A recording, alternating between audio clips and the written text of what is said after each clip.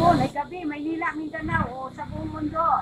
Magandang gabi o umaga dyan, tanghali. Sabi namin po sa London ni Group Vlog. Nandito po ako ngayon sa isang senior citizen sa mag-aking siyang interviewan. Eh, dito ay nangailangan, hirap siya sa buhay. Ano ka na? Ayo! Ano? Yung kita nung?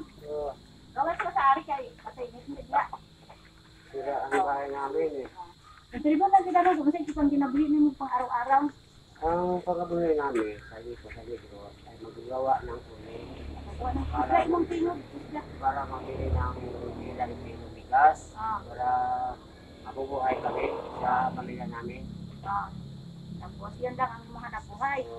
So guys, ang hanap buhay ni Manong, siya isa ay senior citizen. Ang hanap buhay niya, ito ay mag-ipon siya ng kahoy para ito ay gawing uling. Pagka nauling na, ibenta ito niya para lang makabili ng bigas sa pang-araw-araw, pang-tawid, sa pang-araw-araw sa pamilya, mayroon lang pang kain.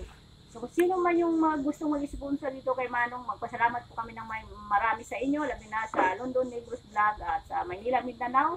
Pinangunahan ito ni Ma'am Sally Torres. Mediante, salamat po sa inyo, Ma'am. Sir, sa walang sawang sumusuporta dito sa Negros sa mga mahirap.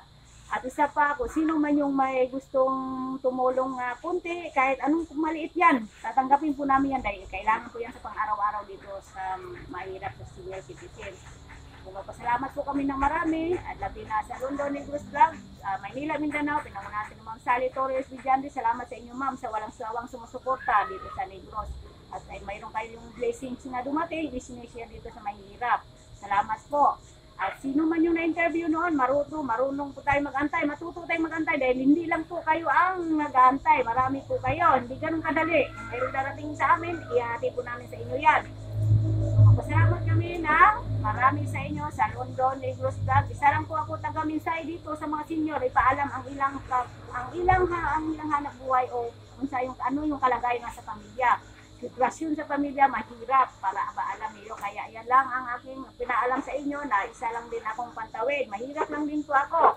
God bless sa inyo lahat. Sa walang sawang sumusuporta dito sa Negros. Salamat po. God bless all. Thank